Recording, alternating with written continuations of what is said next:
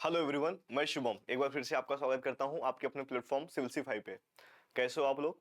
I hope आप लोग बहुत अच्छे होंगे। जैसा कि अभी हमारे यूपीएसआई के पीओक्यू की क्लासेस चल रही थी और इसी क्रम में हमने 4 लेक्चर पूरे कंप्लीट कर लिए हैं।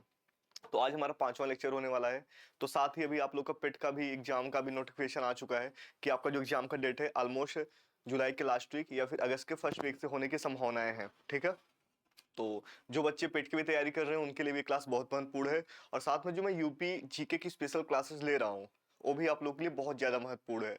वो यूपी ट्रिपल एससी के द्वारा कराए गए कोई भी एग्जाम के लिए बहुत ज़्यादा महत्वपूर्ण है। या आप वीडियो की तैयारी कर रहे हो, लेखपाल की तैयारी कर रहे हो, या पीस लोअर पीसीएस देना चाह रहे हो, पेट देना चाह रहे हो, यूपीएसआई देना चाह रहे हो, कांस्टेबल देना चाह रहे हो, सारा का सारा यूपी जो मेरी जीके की लेक्चर है उससे सारा चीज़ें कवर है।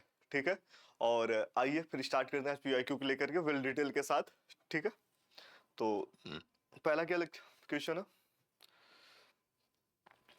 पहला क्वेश्चन है ना कि आर्टिकल जो 300 है किससे रिलेट करता है, मतलब आर्टिकल 300 क्या कहता है। आपके पास ऑप्शन है कि निजी संपत्ति की जब्ती को लेकर है, या विधि के प्राधिकार के बिना संपत्ति से वंचित नहीं किया जा सकता, या फिर संसद की विधायी शक्ति से है, या फिर करों के अधिरोपण से है। देखो, आर्टिकल 300 ये कहता है ना कि भैया बिना कोई कानून बनाए आपसे आपका संपत्ति का अधिकार नहीं छीना जा सकता है। तो ऑप्शन 20 का सही हो जाएगा। ये क्वेश्चन कब पूछा गया था? ये क्वेश्चन आपका पूछा गया था यूपीएसआई 2021 में। देखो, अभी आपके मन में आ रहा होगा ना कि सर आर्टिकल 300 का क्या क्या है। वो चीजें आगे मैं बताऊंगा। जो संपत्ति का अधिकार है, कब विधि अधिकार हुआ, कब मूल अधिकार था, वो आगे वाले क्वेश्चन में। ठीक है, आगे चलो, आ जाओ। ये जो मैंने आपको बताया, क्वेश्चन 2 क्या कहता है? क्वेश्चन 2 कहता है कि किस अधिनियम ने 6 से 14 वर्ष तक के बच्चों को शिक्षा का मौलिक अधिकार प्रदान किया। Which act made education a fundamental right for children age 6 to 14 years. ये कब पूछा गया था भैया? ये पूछा गया था यूपीएसआई 2021 शिफ्ट थर्ड में। ये क्या कह रहा है कि ऐसा कौन सा एक्ट पारित हुआ कि जो बच्चों की एज 6 से लेकर 14 साल तक के बच्चे हैं उनके लिए शिक्षा का अधिकार एक फंडामेंटल राइट बना दिया गया। अगर आपसे एक्ट की बात आएगी तो एक्ट आप 2009 बताओगे। एक्ट क्या बताओगे? आप एक्ट बताओगे 2009। लेकिन अगर आपसे पूछा जाए कि ये लागू कब हुआ, मतलब अप्लाई कब हुआ, तो ये अप्लाई हुआ है 2010 में। ठीक है, 2010 में। मैंने क्या बोला? अगर आपसे ये पूछा जाए कि जो शिक्षा का अधिकार वाला जो मौलिक अधिकार है 6 से 14 साल तक के बच्चों के लिए, ये एक्ट कब लागू हुआ? लागू 2010 में हुआ। अगर आपसे ये पूछा जाए कि ये एक्ट बना कब, तो आप 2009 बताओगे।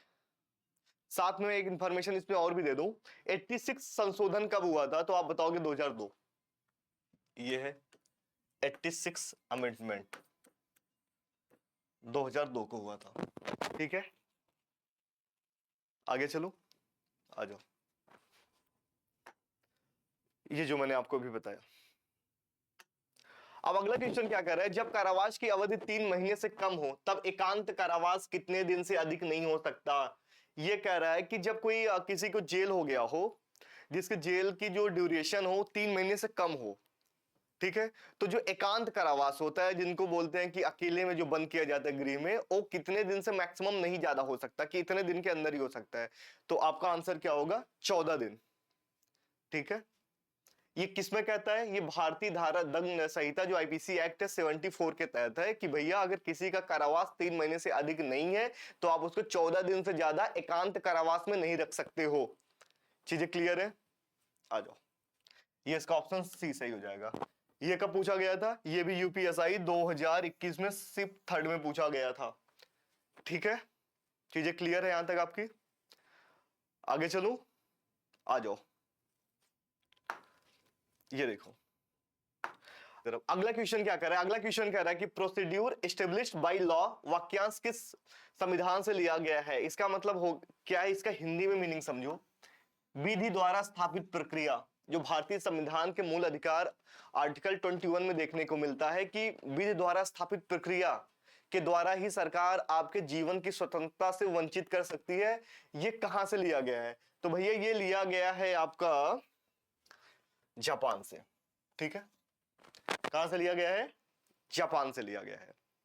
चीजें क्लियर है? कहाँ ये चीजें देखने को कहां पे मिलती है? आर्टिकल 21 में देखने को मिलती है। आर्टिकल 20 क्या कहते हैं? विधि द्वारा स्थापित प्रक्रिया। इसका क्या नाम है? विधि द्वारा स्थापित प्रक्रिया। ये वर्ड कहां से लिया गया है? तो आप जापान से बताओगे। और किस आर्टिकल में? आर्टिकल 21 में है। ये मूल अधिकार जिसको कहा जाता है, इसको ही आत्मा, संविधान की आत्मा कहा जाता है। लेकिन अगर आत्मा और हृदय की बात कही जाए तो ये आर्टिकल आगे चलो, आ जाओ। अगला क्वेश्चन क्या है? निम्नलिखित में से कौन सा मौलिक अधिकार भारत के नागरिकों के लिए उपलब्ध है और विदेशियों के लिए नहीं है? देखो बहुत ही अच्छा क्वेश्चन है और हमेशा यहां से क्वेश्चन पूछते ही हैं और आप लोग हमेशा कंफ्यूज होते हो इस क्वेश्चन को लेकर के कि सर कौन सा आर्टिकल ऐसा है जो ओनली इंडियन सिटीजनशिप के लिए है और कौन सा ऐसा आर्टिकल है जो विदेशी नागरिक आ रखे हैं, फॉरेनर्स के लिए भी है, इंडियंस के लिए भी है। तो मैं आपको एक आर्टिकल का चार्ट दे रहा हूं, उसको हमेशा याद रखना। उसके अलावा और कोई, इंडियंस के अलावा सबके लिए है। ये ऐसे आर्टिकल है ओनली इंडियन सिटीजनशिप के लिए है। अब उस आर्टिकल का नाम क्या है? देखो मैं यहां पे लिख रहा हूं आर्टिकल, ठीक है? कौन कौन से? आर्टिकल 15 है, आर्टिकल 16 है, आर्टिकल 19 है, 29 है और 30 है। ये आर्टिकल ऐसे हैं जो आपके केवल केवल इंडियंस के लिए है। क्या मैंने बोला? Article 15, 16, 19, 29 and 30 only for citizens, Indian citizens. और अगर बात आएगी फॉरेनर की, जो बाकी जितने बचे हैं मूल अधिकार, वो सारे उन दोनों के लिए है। अपने इंडियंस के लिए भी है और उनके लिए भी है। ऐसा क्या है? अब इस ऑप्शन में देखते हैं, ऑप्शन से एलिमिनेट करते हैं। आप अपने मन से सोचो, जो रोजगार की जो समानता है, क्या हम फॉरेनर को भी चाहेंगे कि हमारे यहाँ आए और यहाँ पे नौकरी ले? हमारे यहाँ वैसे इतनी बेरोजगारी है, हम अपने लिए चीजें तो कर नहीं पा रहे हैं ठीक से इम्प्लीमेंट, तो हम किसी और को बाहर से आकर उनको क्यों दे? समझ रहे हो ये चीजें? तो अगर ऑप्शन से मैं एलिमिनेट करना चाहूँ तो ऑप्शन सी इज करेक्ट, ठीक है? ये और केवल इंडियंस के लिए है। मैंने क्या बोला? कौन कौन से आर्टिकल ऐसे हैं जो केवल इंडियंस के लिए हैं मूल अधिकार में? तो आप बताओगे article 15, article 16, article 19, article 29, article 30। Done है? आगे चलते हैं। ये जो मैंने अभी आपको बताया उसका एक्सप्लेनेशन है, ठीक है? एक्सप्लेनेशन देख लो अच्छे से। और अगला क्वेश्चन क्या कह रहा है? अगला क्वेश्चन कह रहा है कि वनों, झीलों, नदियों और वन्य जीव सहित प्राकृतिक पर्यावरण की रक्षा करना और उसके सुधार करना किस प्रकार का अधिनियम, अधिकार या कर्तव्य है? ध्यान से समझो। To protect and improve the natural environment including forest, lake, rivers and wild life. ठीक है? ये कह रहा है कि जो वनों का जो हम रक्षा करते हैं, झीलों की रक्षा करते हैं, पशु वगैरह का, ये हमारा कौन सा अधिकार है? मौलिक अधिकार है या हमारा कर्तव्य है? कौन सी चीज है? पहले तो आप समझो कि इन चारों अधिकार का मतलब क्या होता है। आपको बोर्ड पे दिख रहा होगा, एक तो पर्सनल राइट्स, एक लीगल राइट्स, एक फंडामेंटल राइट्स, एक फंडामेंटल ड्यूटी दिख रहा होगा। अब ध्यान से समझो, जो पर्सनल लाइफ होते है ना, पर्सनल राइट का मतलब होता है केवल किसी व्यक्ति विशेष के लिए दिया जाता है, किसी एक पर्सन के लिए। ये पर्सनल राइट्स हो गया। लीगल राइट का मतलब होता है वो कानूनी अधिकार जो हमें कानून द्वारा प्राप्त होते हैं, ये हमारा लीगल राइट हो गया। और बात आती है फंडामेंटल राइट्स की। फंडामेंटल राइट्स क्या होता है? ये इंडियन कॉन्स्टिट्यूशन में है और अगर इसका कोई भी हनन होता है तो आप इसके लिए सुप्रीम कोर्ट, हाई कोर्ट भी जा सकते हो। दंडनीय है ये भी, ऊपर वाला भी दंडनीय है, ठीक है? लेकिन जो फंडामेंटल ड्यूटी होता है ये दंडनीय नहीं है। एक बोल सकते हैं कि आपका एक लीगल कर्तव्य, एक कर्तव्य हो जाता है कि हाँ आपको ये ऐसा चीजें करना चाहिए। एक मोरलिटी की बात यहाँ पे होती है। तो जो ये वनों, झीलों, नदियों और वन्यजीव की बात हो रही है, ये आपका फंडामेंटल ड्यूटी है। अच्छा, फंडामेंटल ड्यूटी कब आया? संविधान में पहले नहीं था। 42 अमेंडमेंट हुआ। कब हुआ? 1976 में। इसमें ही फंडामेंटल ड्यूटीज को जोड़ा गया 4A में, ठीक है? अगर बात आती है किस समिति के आधार पर, किसके सिफारिश पे हुआ था ये फंडामेंटल ड्यूटी ऐड किया गया, तो आप क्या बताओगे? स्वर्ण सिंह समिति के सिफारिश पर। स्वर्ण सिंह की समिति की ही सिफारिश पर ही फंडामेंटल ड्यूटीज को जोड़ा गया था। और जो हमारा वन, झील इत्यादि ये सब की जो रक्षा करना है, ये सारा हमारा मौलिक कर्तव्य है। आप तो नहीं भूलोगे, चीजें याद रहेंगी। आ जाओ आगे चलते हैं। इसमें इंपॉर्टेंट जो चीज थी मैंने बता दी ना। मौलिक कर्तव्य कब आया? 1976 में। कौन सा संविधान संशोधन? 42, ठीक है? किसके समिति के आधार पे यह मौलिक कर्तव्य जोड़ा गया अपने भारतीय संविधान में? 42 अमेंडमेंट 1976 बाई स्वर्ण सिंह समिति, ठीक है? आ जाओ आगे चलते हैं। अगला क्वेश्चन क्या कह रहा है? अगला क्वेश्चन कह रहा है कि भारतीय संविधान के निर्माताओं द्वारा मौलिक अधिकार का विचार किस देश से लिया गया है? भैया यहाँ पे बात हो रही है कि जब अपना मौलिक अधिकार अडॉप्ट किया गया, आपको पता है कि जो भारतीय संविधान है बहुत सारे देशों से बहुत सारी चीजें, जैसे इमरजेंसी कहाँ से ली गई है, या फिर जो अपना संघ की जो अवधारणा दिखती है, जो अर्ध संघ दिखता है, प्रेसिडेंट वाली जो चीजें दिखती है, प्रधानमंत्री का जो चीजें दिखता है, कैबिनेट वाली जो चीजें दिखती है, ये सारा का सारा चीजें हमारा खुद का नहीं है, हमने बाहर से जो चीजें अडॉप्ट लगी हमने उसको ले लिया। एक चीज ध्यान रखना, कई लोग कहते हैं कि जो भारतीय संविधान है ये उधारों का थैला है, ऐसा कुछ भी नहीं है। हमें जिस देश से जो चीजें हमें अच्छी लगी हमने उसको अडॉप्ट कर लिया, तो हमारा जो भारतीय संविधान है सबसे बेस्ट है। जो जो चीज हमें इस देश का ये अच्छा लगा तो हमने ये उठा लिया, यहाँ का ये अच्छा लगा हमने ये उठा लिया, ठीक है, ये चीज ध्यान रहेगा। बहुत लोग इसकी बुराई करते हैं, पर आप हमेशा चीज समझो कि जिस चीज की जो हमने अच्छाई देखी हमने वहां से उसको अडॉप्ट कर लिया। अब यहाँ पे बात हो रही है मौलिक अधिकार की। मौलिक अधिकार भी तो एक अच्छी चीज है ना, कि ह्यूमन राइट्स, उसमें बहुत सारी ऐसी चीजें हैं जिसमें हम खुल के जी सकते हैं। सोचो आप किसी ऐसे देश में रह रहे हो जहां आपकी आजादी ना हो, क्या आप रह पाओगे? यहाँ पे आप सोने का भी अधिकार दिया गया है, राइट टू प्राइवेसी भी दिया गया, राइट टू स्लीप दिया गया है, एकांत में रहने का अधिकार दिया, आपका नहीं बोलने का मन है चुप रहो, कोई आपको डिस्टर्ब करे उस पर भी आप केस कर सकते हो। इतनी सारी चीजें हैं अपने मौलिक अधिकार में। सोने का अधिकार कौन सा देश देता है भाई? अपने यहाँ सोने का भी अधिकार दे दिया गया है। समझ रहे हो आप चीजें? अब बात आ रही मौलिक अधिकार की। मौलिक अधिकार को मैग्ना कार्टा भी कहा गया है, मतलब नागरिकों के अधिकार की रक्षा, लोकतंत्र की रक्षा एक कवच के रूप में मैग्ना कार्टा को जाना जाता है। और ये भाग 3 में है। तो ये कहां से लिया गया है? ये यूएसए से लिया गया है, यूनाइटेड स्टेट ऑफ अमेरिका। चीजें याद रहेंगी आपको। आ जाओ, ठीक है, डन है। ऑप्शन ए इसका करेक्ट है। ये कब पूछा गया था? ये आपका पूछा गया था 2021 में, ये भी ठीक है। आगे चलो, आ जाओ। अगला क्वेश्चन क्या कर रहा है? भारतीय संविधान के अनुच्छेद 26 द्वारा निम्नलिखित में से कौन सा अधिकार गारंटी के रूप में प्रदान करता है? देखो यहाँ पे बहुत एक टेक्निकल वर्ड है, आपको समझने की नीड है। आर्टिकल जो 25 है ना, ये केवल एक व्यक्ति विशेष के लिए होता है कि हम किस धर्म को मानना चाहते हैं, कौन से धर्म हमारी हमारी ऊपर ये आस्था है। लेकिन जो आर्टिकल 26 है ना, ये कहता क्या है कि इसको संस्थानों की बात होती है कि आप अपने धर्म के लिए संस्थान का भी, कोई एक संस्था खोल रखे आप उसका रख रखाव कर सकते हो, ओपन कर सकते हो, सारी चीजें इसमें है। तो आर्टिकल 26 25 में आपको टेक्निकल वर्ड समझ आ गया। अब ऑप्शन की तरफ आते हैं। कह रहा है कि अपने धर्म को मानने का अधिकार, अगर अपने धर्म को मानने का अधिकार की बात आएगी, ये आर्टिकल 25 है। अंतःकरण की स्वतंत्रता का अधिकार, कि भैया फ्रीडम ऑफ कॉन्सियस, मतलब किसको मान रहे किसको नहीं मान रहे, हम पूजा कर रहे हैं या नहीं कर रहे हैं, ये हमारा खुद का पर्सनल राइट है। ये आर्टिकल 25 में ये भी आएगा, ठीक है। अब ऑप्शन डी देखते हैं कि किसी भी धर्म को मानने का अधिकार। किसी भी धर्म को मानना ये भी हमारा पर्सनल राइट्स है। किसी व्यक्ति विशेष की बात हो रही है, कौन सा धर्म मान रहे हैं, ये भी आर्टिकल 25 के अंतर्गत आता है। लेकिन यहां पे अब बात हो रही है कि धार्मिक और धर्मार्थ उद्देश्यों के लिए संस्थानों की स्थापना और रख रखाव करने का अधिकार, मतलब कि आप अपने धर्म का प्रचार प्रसार करना चाहते हो, उसके बढ़ाना चाहते हो, उसके उद्देश्य के लिए आपने क्या किया? एक संस्थान खोल लिया। संस्थान मतलब समझते हो, कोई इंस्टीट्यूट खोल लिया। यहाँ पे व्यक्ति विशेष तो रहा नहीं, यहाँ बहुत सारी चीजें होंगी। इंस्टीट्यूट खोलना हो गया, कोई कंपनी जैसा। इंस्टीट्यूट का मतलब ये समझो कि कोई एक शाखा, आपने ब्रांच खोल लिया जो वर्क कर रही है चीजें, वहां पे कई लोग एम्प्लॉई हैं, चीजें, आप प्रचार प्रसार के लिए बातें कर रहे हो वहां पे अगर बच्चे आ रहे हैं तो अपने धर्म के बारे में वहां पे प्रचार कर रहे हो, कैसे आप उसको मैक्सिमम कर सकते हो अपने धर्म को लेकर के चीजों को, तो वहां पे इम्प्लीमेंटेशन होता है, ठीक है। तो यही आर्टिकल 26 के अंतर्गत आता है। तो आपको समझ में आया आर्टिकल 26 और आर्टिकल 25 में क्या अंतर है? तो हमारा जो ऑप्शन है, ऑप्शन सी सही हो जाएगा, ठीक है, ऑप्शन सी सही हो जाएगा। ध्यान से देख लो, ये बहुत टेक्निकल वर्ड है और हमेशा लोग एग्जाम में कंफ्यूज होते हैं, तो आपको कंफ्यूज होने की नीड नहीं है। बहुत ही घुमा के ऐसे क्वेश्चन पूछे जाते हैं। आगे आ जाओ। अगला क्वेश्चन क्या कर रहा है? अगला क्वेश्चन कह रहा है कि भारतीय संविधान के अनुच्छेद 19 में निम्नलिखित में से किस मौलिक अधिकार का उल्लेख नहीं है? देखो आर्टिकल, मैंने आपको अपनी पिछला जो मेरा पीओक्यू का लेक्चर था उसमें आपको बताया था कि इसमें 6 प्रकार के आर्टिकल 19 में अधिकार आते हैं, जिसमें मैं ऐसे आपको समझाया था।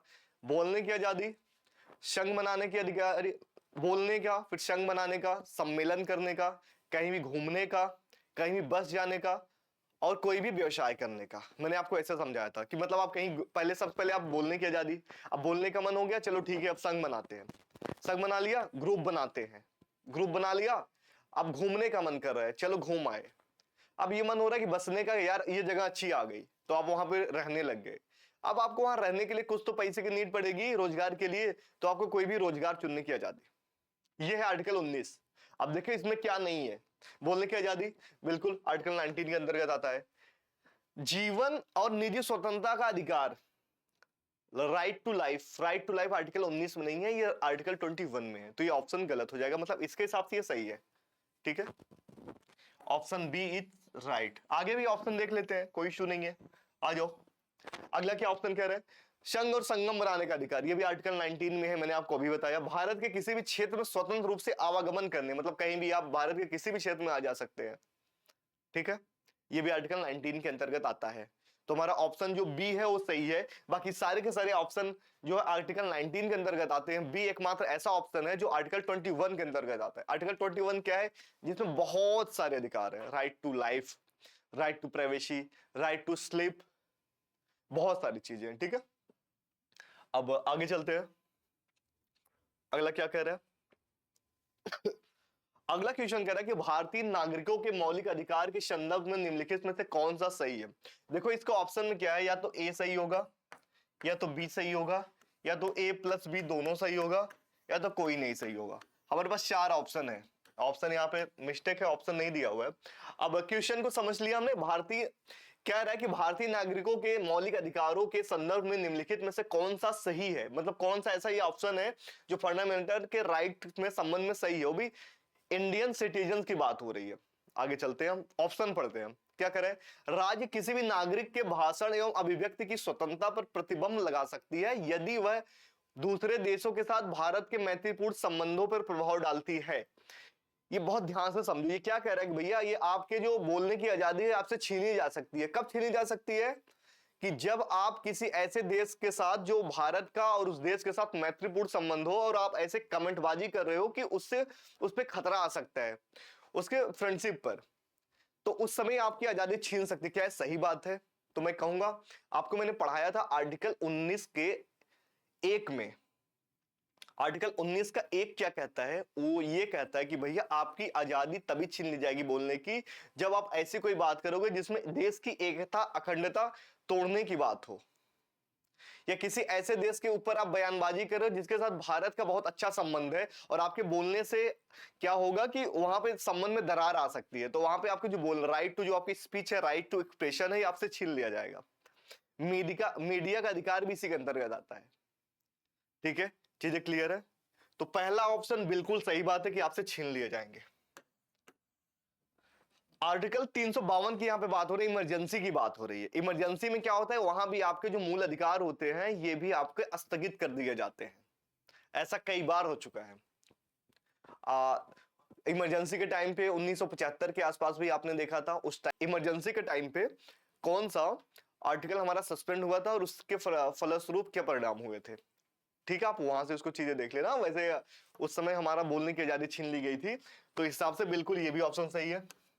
तो जो इसका क्वेश्चन का जो आंसर होगा इसका क्या होगा, ए प्लस बी दोनों सही है।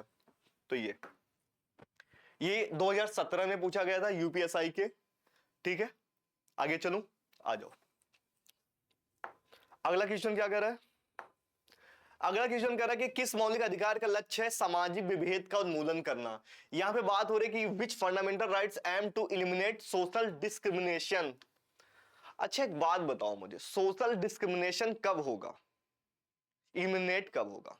इलिमिनेट तभी होगा ना जब रोजगार में समानता हो, मतलब या किसी को क्या हो जाए कि आरक्षण भी दिया जाए। जैसे कोई 2 तबके के हैं, एक को आरक्षण की नीड है, मतलब उसके पास उतने रिसोर्सेस नहीं है, तो सरकार उसके लिए कोई अभियान चलाकर उसको ऐसी चीजें कराकर उसको भी समान लाने का प्रयास करे।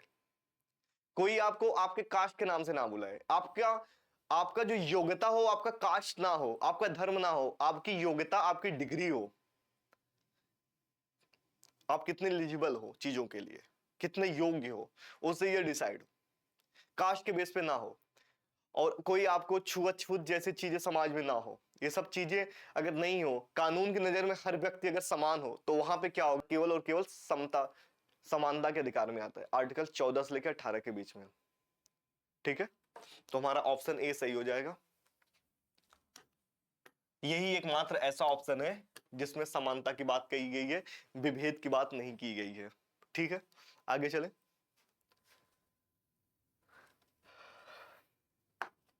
अगला क्वेश्चन कह रहा है कि 2017 में निम्न अधिकारों में से किसे मौलिक अधिकार के रूप में मान्यता दी गई। देखो 2017 में एक केस आया था, पुट्टुस्वामी केस वर्सेस यूनियन संघ।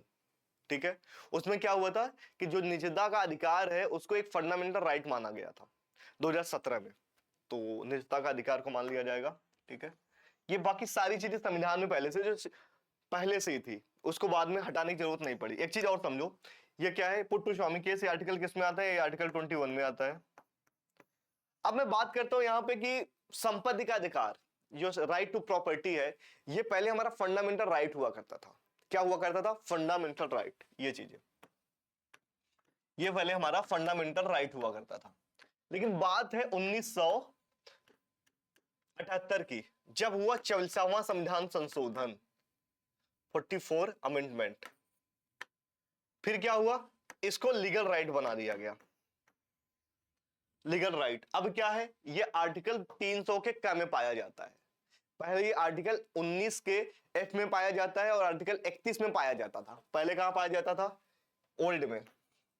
ये आर्टिकल 19 का एफ प्लस 31 में पाया जाता था, ये ओल्ड में है। लेकिन अभी कहां पाया जाता है? ये अभी आर्टिकल 300 के ए में पाया जाता है। ठीक है, ये चीजें आपको क्लियर रहेंगी अच्छे से। आगे चलो, आ जाओ। अगला क्वेश्चन क्या है, निम्नलिखित में से किस अधिकार को मौलिक अधिकार से कानूनी अधिकार के रूप में परिवर्तित कर दिया गया? अभी जो मैंने आपको बताया, राइट टू प्रॉपर्टी को ही मौलिक अधिकार से, फंडामेंटल राइट से लीगल राइट चेंज कर दिया गया। कब चेंज किया गया? 1978 में। कौन सा संविधान संशोधन? 44 अमेंडमेंट। ठीक है, तो ये रहा ऑप्शन डी। ठीक है, आगे बढ़ो। एक्सप्लेन की नीड नहीं है ना यहाँ पे, अभी पिछले मैंने क्वेश्चन में आपको अच्छे से बता दिया। आ जाओ, अगला क्वेश्चन क्या करे, कौन सा अनुच्छेद सशस्त्र बलों, अर्धसैनिक बलों, पुलिस बलों, खुफिया एजेंसी आदि के सदस्यों के मौलिक अधिकार को प्रतिबंधित करने या निरस्त करने के लिए संसद को अधिकार देता है? देखो ये कह रहा है ना कि हमारे जितने भी फोर्सेस हैं या जितने भी पुलिस वगैरह हैं, जो खुफिया एजेंसी हैं, इनके ना मूल अधिकार को स्थगित या निरस्त किया जा सकता है। ये अधिकार संसद को है, लेकिन कौन सा आर्टिकल देता है? ये आर्टिकल 33 देता है। लेकिन ध्यान रखना, यहाँ पर केवल संसद को अधिकार है, राज्य विधानसभा को नहीं है, वर्ली पार्लियामेंट को है, पार्लियामेंट को है, विधानसभा को नहीं है। ध्यान रखना ये बात, राज्य विधानसभाएं ऐसा नहीं कर सकती, केवल संसद कर सकती, वो भी आर्टिकल 33 के अंतर्गत आता है। अब बात हो रही आर्टिकल 28 क्या है? ठीक है, आर्टिकल 30 क्या है, आर्टिकल 33 क्या है, 32 क्या है? मैंने आपको 33 बता दिया। आर्टिकल 32 रिट से संबंधित है। ठीक है, ये क्या है? रिट से संबंधित। रिट का क्या मतलब होता है? रिट 5 प्रकार के होते हैं, जिसमें यह कहा गया है कि अगर आपका मूल अधिकार आप हनन होता है, आप डायरेक्ट सुप्रीम कोर्ट या हाई कोर्ट जा सकते हो। अगर सुप्रीम कोर्ट जाओगे तो आर्टिकल 32 के अंतर्गत जा सकते हो, अगर आपको हाई कोर्ट जाना है तो आर्टिकल 226 के अंतर्गत जा सकते हो। और आर्टिकल 28 क्या कहता है? आर्टिकल 28 ये कहता है कि एक धार्मिक शिक्षा से संबंधित है, और यह कहता है कि सरकारी सहायता प्राप्त शैक्षणिक संस्थानों में धार्मिक शिक्षा नहीं दी जा सकती, इसका सशस्त्र बलों से कोई लेना। ये आर्टिकल 28 क्या कहता है कि भैया धार्मिक शिक्षा से संबंधित है, और धार्मिक शिक्षा में यह कहा गया है कि भैया जो सरकार जिस स्कूल को या जिस कॉलेज को फंड दे रही है, उसमें आप धार्मिक शिक्षा का प्रचार प्रसार नहीं कर सकते हो। ठीक है, अगर प्राइवेट कोई संस्था है जहां सरकार वहां पे फंड नहीं दे रही है, तो वहां पे चीजें आप अपना प्रचार प्रसार कर सकते हो, पर जबरदस्ती किसी का धर्म परिवर्तन नहीं करा सकते हो। ये चीजें आपको क्लियर है? आगे चलो, आर्टिकल 30 क्या कहता है? यह अल्पसंख्यकों के लिए है कि वो अपनी शैक्षणिक संस्थाएं स्थापित करें और उन्हें संचालित करने का अधिकार देता है। क्या बोला इसमें? आर्टिकल 30 में यह कहा गया है कि भैया जो अल्पसंख्यक है, जो जिनका मतलब जनसंख्या बहुत कम है, अल्पसंख्यकों की, वो अपना खुद का स्कूल या कॉलेज खोल सकते हैं, वहां अपना प्रचार प्रसार भी कर सकते हैं संस्थाओं को। जैसे मदरसा आप आपको खुद दिखने को मिलता है, कहीं पे क्रिश्चियन के स्कूल जो saint John, saint Joseph, saint Patrick, doctor Rizvi, ऐसे बहुत सारे आपको स्कूल दिखते हैं ना जो क्रिश्चियन होते हैं। वो ऐसा, उनको सरकार फंड करती है लेकिन उनके यहाँ से आती है, अपना सरकार नहीं करती है। वो अपना धर्म का प्रचार प्रसार भी करते हैं। उससे क्या होता है, क्योंकि वो अल्पसंख्यक है, उनको रोका नहीं जा सकता, पर वो किसी का जबरदस्ती धर्म परिवर्तन या धर्मांतरण नहीं करा सकते कि आप मेरे धर्म में आ जाओ। ये आपकी खुद की चॉइस है कि आप कौन सा धर्म अपनाना है। ठीक है, आगे आऊं, आ जाओ। अगला क्वेश्चन क्या कह रहा है, भारत में एक व्यक्ति के अधिकारों के बारे में निम्नलिखित में से कौन सा कथन सही है। ये कह रहा है कि जो भारत में कोई एक व्यक्ति है उसके अधिकारों के बारे में निम्नलिखित में से कौन सा कथन सही है। यहाँ पे बात हो रही है कौन सा अधिकार, मौलिक अधिकार की बात हो रही है, क्योंकि ये जो पूरा चैप्टर है ये केवल फंडामेंटल राइट से यहाँ से क्वेश्चन लिया गया है। इस क्लास की सबसे खास बात क्या है कि जो भी मैं क्वेश्चन कराता हूँ केवल उसी चैप्टर से उठाता हूँ। इसके पहले मैंने सिटीजनशिप का कराया, उसके पहले प्रस्तावना का करा दिया, उसके पहले यूटी का करा दिया, ऐसे ऐसे चीजें, ऐसे आगे चीजें होगी, मौलिक कर्तव्य बढ़ेगा, संघराज क्षेत्र, ऐसे ऐसे चीजें, मंत्रिमंडल, प्रधानमंत्री, राष्ट्रपति, सारी चीजें आएंगी, लोकसभा, राज्यसभा। ठीक है, जल्दी खत्म हो जाएगी। अब क्या है इसमें क्वेश्चन में क्या कर रहे हैं, यदि किसी व्यक्ति के मौलिक अधिकार का उल्लंघन होता है तो वह उच्च न्यायालय या सर्वोच्च न्यायालय जा सकता है। मैंने अभी आपको बताया अगर किसी का भी फंडामेंटल राइट्स का उल्लंघन होता है वो डायरेक्ट सुप्रीम कोर्ट या हाई कोर्ट जा सकता है। जो आर्टिकल 32 सुप्रीम कोर्ट के लिए, हाई कोर्ट के लिए है आर्टिकल। अगर मैं उच्च न्यायालय की बात करूं ये 226 है, ये याद कर लो।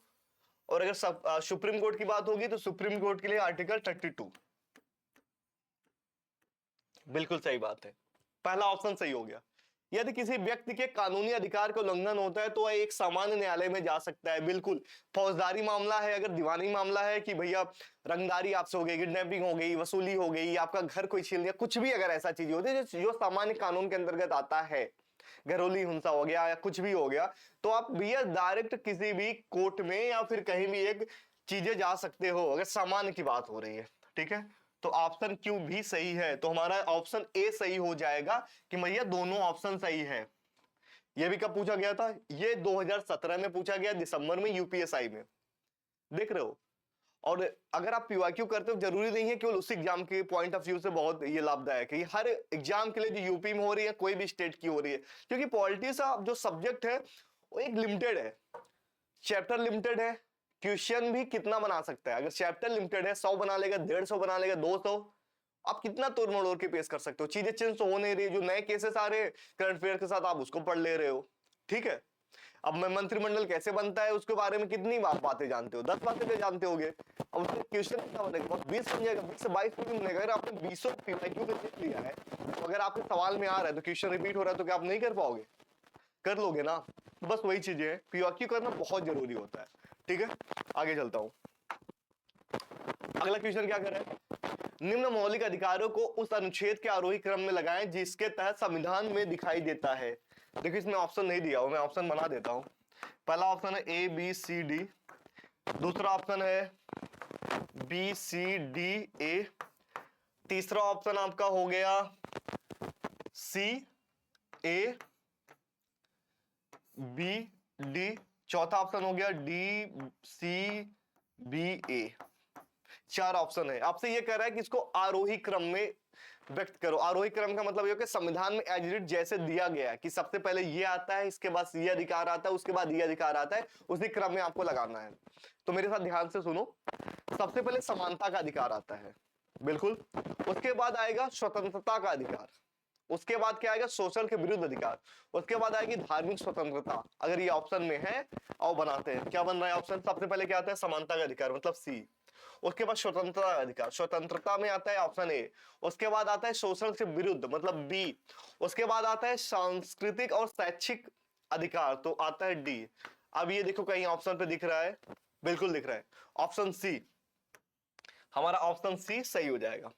देख रहे हो, जितना अब तक मैं पढ़ा रहा हूं, जैसा आपको समझा रहा हूं, सारा क्वेश्चन बार बार रिपीट हो रहे हैं। ये क्वेश्चन ऐसे पूछ लिया, बस क्वेश्चन वही है, कहीं कभी ए से जेड की तरफ जा रहा है, कभी जेड से ए की तरफ जा रहा है। मौलिक अधिकार कब बना, कहां से लिया गया है, संपत्ति का अधिकार क्या है, ये लीगल राइट कब था, ये मूल अधिकार में कब था, यही सारी चीजें चल रही हैं। किस देश से लिया गया है, कहां से कहां आर्टिकल तक है, किस आर्टिकल में क्या है। आर्टिकल वैसे ज्यादा नहीं पूछता है, पर कुछ आर्टिकल मैं ये कहूंगा कि आपका आर्टिकल 1 से लेके 51 तक तो हूबहू एकदम तैयार होने चाहिए। सुप्रीम कोर्ट के कुछ आर्टिकल है जो आपको पता होने चाहिए।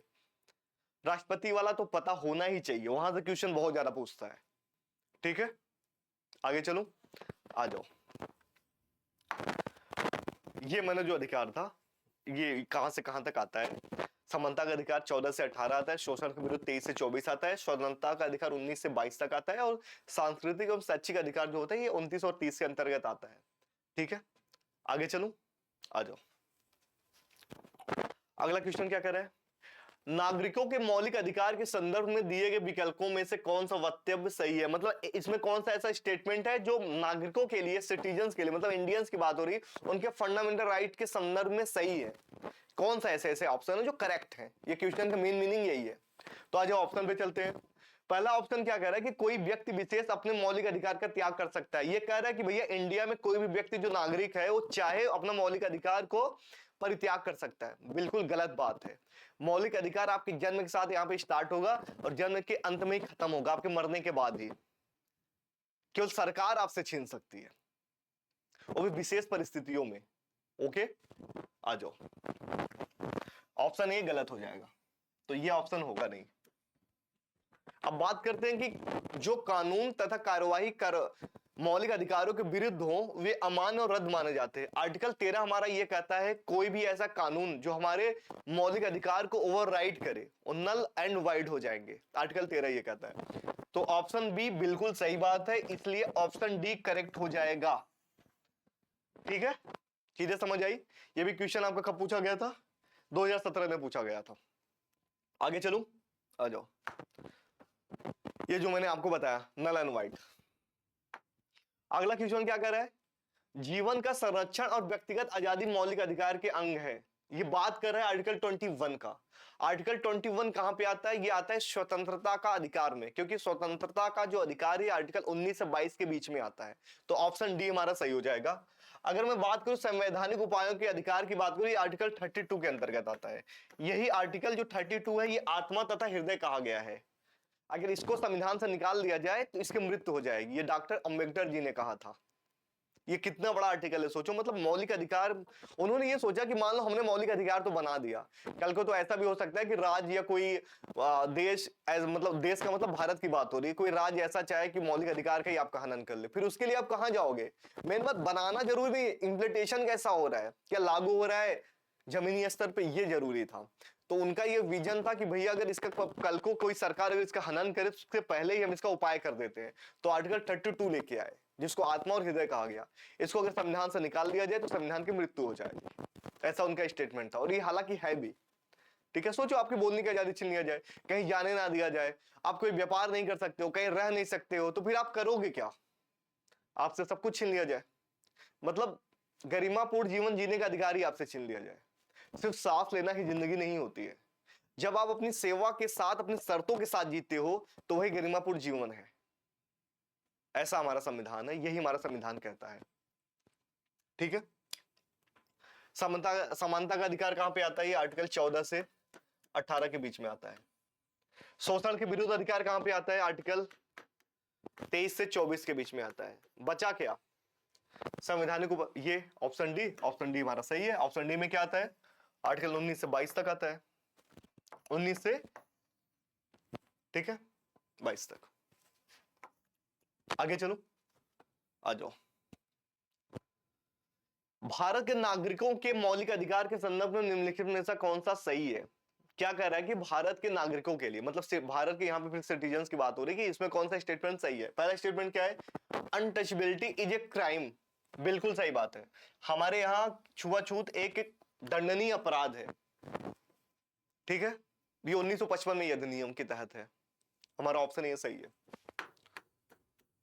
दूसरा क्या है कि भारत के नागरिक किसी भी अन्य देश से उपाधि नहीं ले सकते। बिल्कुल, आर्टिकल 18 इसीलिए बनाया गया था, उपाधियों के अंत के लिए। कोई, ठीक है, आर्टिकल 18 क्या कहता है, उपाधियों का अंत, कि कोई भी जो भारत का नागरिक है कोई भी भारत का नागरिक और किसी भी विदेश से कोई उपाधि धारण नहीं कर सकता है।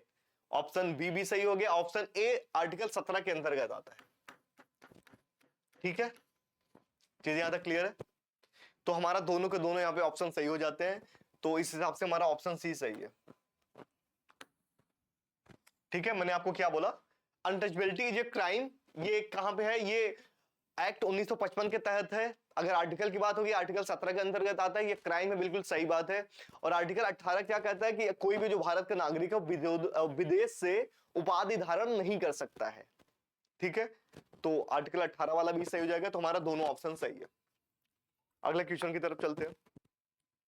अगला क्वेश्चन कह रहा है कि संविधान के अनुच्छेद 17 के तहत किसी व्यक्ति को प्राप्त नागरिक अधिकार किससे संबंधित है। अभी मैंने आर्टिकल 17 के बारे में बताया था, यह था अबोर्टिश, ये था कि अस्पृश्यता का उन्मूलन, अस्पृश्यता का उन्मूलन कर दिया गया। ये किसमें, आर्टिकल 17 के अंतर्गत आता है। ठीक है, ऑप्शन बी इज करेक्ट। आ जाओ आगे चलते हैं। अगला क्वेश्चन क्या कर रहा है, अगला क्वेश्चन कह रहा है कि किस अनुच्छेद के तहत कोई नागरिक मजिस्ट्रेट की अदालत में याचिका देकर न्यायालय में जा सकता है। मजिस्ट्रेट के सामने याचिका देकर, यह बात केवल केवल आर्टिकल 32 में कही गई है, ना कि 226 में। यह केवल सुप्रीम कोर्ट में ऐसा कहा गया कि मतलब आर्टिकल 32 के अंतर्गत सुप्रीम कोर्ट जिसमें रिट्स की बात हो रही है, यह हाई कोर्ट के लिए लागू नहीं होता है जो आर्टिकल 226 के अंतर्गत आता है। तो ऑप्शन हमारा सी सही हो जाएगा। ठीक है, क्या मैंने इसमें क्या मजिस्ट्रेट जो एक वर्ड है, केवल इसी की वजह से आप ऑप्शन 32 सही हो जाए। अगर मजिस्ट्रेट वर्ड नहीं होता तो आप ऑप्शन में 32 एंड 226 दोनों सही कर सकते थे। ठीक है, क्योंकि मजिस्ट्रेट का प्रावधान केवल और केवल 32 आर्टिकल में दिया गया है। आज अगले क्वेश्चन की तरफ बढ़ते हैं। अगला क्वेश्चन कह रहा है कि निम्नलिखित में से कौन सा जोड़ा अनुच्छेद और अधिकार के अनुसार गलत है। मतलब इसमें कह रहा है कि इसमें ऐसा कौन कौन सा जो मिलान किया गया है जो गलत है। शोषण के विरुद्ध अधिकार कहां पे है, आर्टिकल ये 23 और 24 के अंतर्गत आता है, तो पहला ऑप्शन सही है। दूसरा क्या कह रहा है, समानता का अधिकार कहां पे है, 14 से 18 के बीच में है, बिल्कुल सही बात है। स्वतंत्रता का अधिकार जो है ये 19 से 22 के बीच में, बिल्कुल सही बात है। लेकिन धार्मिक स्वतंत्रता का जो अधिकार है ये आपके 25 से 28 के बीच में मिलती है, ये 11 से 13 के बीच में नहीं मिलता, क्योंकि आर्टिकल जो 11 है ये नागरिकता से संबंधित है, आर्टिकल जो 12 है और 13 है ये सारी चीजें कहां की संबंधित है। आर्टिकल 12 में राज्य की परिभाषा दिया गया है, आर्टिकल 13 में ये कहा गया है कि कोई भी कानून रद्द माना जाएगा जो मूल अधिकार को ओवररूड करते हो।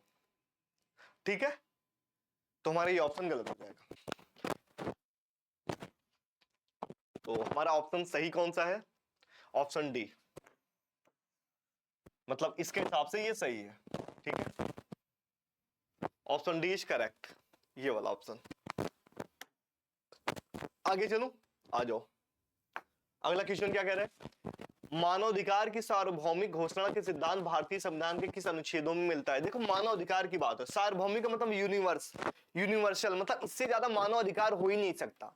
तो ये आर्टिकल कहां से कहां तक दिखता है, एक तो मौलिक अधिकार में आपको देखने को मिलेगा और एक मिलेगा राज्य के नीति निर्देशक तत्वों में मिलेगा। मतलब आर्टिकल 12 से लेकर 35 तक मिलेगा, 36 से लेकर 51 तक मिलेगा। इन दोनों को मिला करके मतलब आर्टिकल 12 से लेकर 51 तक मानवाधिकार की सार्वभौमिक ये घोषणा करते हैं। मानवाधिकारों की सार्वभौमिक घोषणा कहां करते हैं, आर्टिकल 12 से लेकर आर्टिकल 51 के बीच में। तो अगर यहाँ पे आर्टिकल 12 से लेकर अगर 51 तक है वही ऑप्शन सही है। तो देखो ऑप्शन डी हमारा सही हो जाएगा। ठीक है, क्या क्या मिलता है, फंडामेंटल राइट्स जब मिलता है और डीपीएसपी मिलता है। डीपीएसपी मतलब आर्टिकल 12 से लेकर 35 तक जब मिलता है और 36 से लेकर 51 तक मिलता है, तो ये क्या बनता है, ये घोषणा करते हैं मानवाधिकार की सार्वभौमिक की। ठीक है, चीजें क्लियर है यहां तक, आगे चलूं, आ जाओ। अगला क्वेश्चन कह रहा है कि अनुच्छेद 22 के अनुसार हिरासत में लिए गए व्यक्ति को कितने समय में मजिस्ट्रेट के सामने प्रस्तुत करना चाहिए। आर्टिकल 22 हमारा सीधे सीधे ये कहता है कि भैया हो, अगर कोई व्यक्ति की गिरफ्तारी हुई है तो 24 घंटे के अंदर उसको मजिस्ट्रेट के सामने पुलिस को पेश करना ही होगा। लेकिन उसमें यातायात का जो टाइम लगता है उसको छोड़ करके। तो अगर इसमें 24 घंटा ऑप्शन में है तो वही सही है। ये आप याद कर लेना, मजिस्ट्रेट के सामने 24 घंटे का, अगर एफआईआर हुई है तो 24 घंटे के अंदर मजिस्ट्रेट के सामने उसको पेश करना ही होगा। ठीक है, तो ऑप्शन डी इज करेक्ट। अब अगले क्वेश्चन की तरफ चलते हैं। अगला क्वेश्चन क्या है?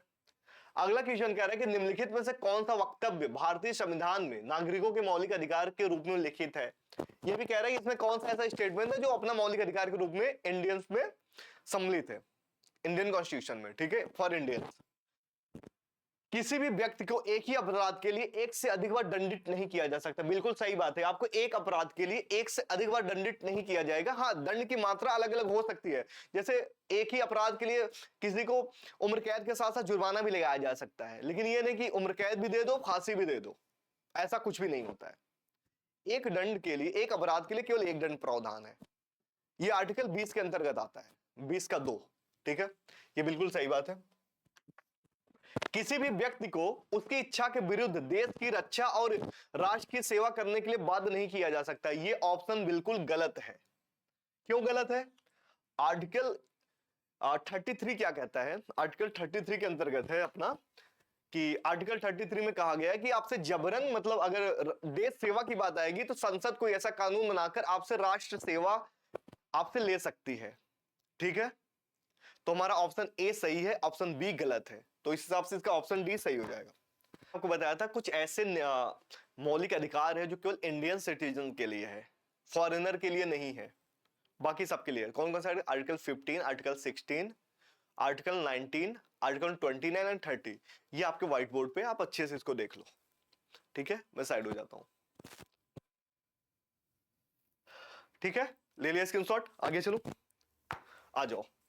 ये आज का पूरा लेक्चर था जिसमें हमने 25 क्वेश्चन को कवर किया अच्छे से, और बहुत सारी चीजें हमें देखने को मिली, जिसके हम ऑप्शन के माध्यम से बहुत नई चीजें सीखी। हमारे 25 क्वेश्चन से हमने लगभग 100 क्वेश्चन पूरे कर लिए, क्योंकि हर ऑप्शन को अच्छे से डिटेल में समझा है उसके अंतर्गत क्या आता है। अगर मान लो कोई आर्टिकल 12 के बारे में पूछता है तो ऑप्शन में 13, 15, 16 भी होता है, तो साथ में सारा एक्सप्लेन कर देता हूँ। तो आपके एक क्वेश्चन से क्या होता है, 4-4 क्वेश्चन कवर हो जाते हैं। ऐसी क्लासेज आती रहेंगी, ये पेट के लिए भी बहुत यूजफुल है, हर एक एग्जाम के लिए बहुत यूजफुल है। तो आप ऐसे क्लास को जैसे प्यार दिखा रहे हो ऐसे देते रहिए, और ऐसी आपकी क्लास अब डेली आती रहेगी। ठीक है, थैंक यू सो मच।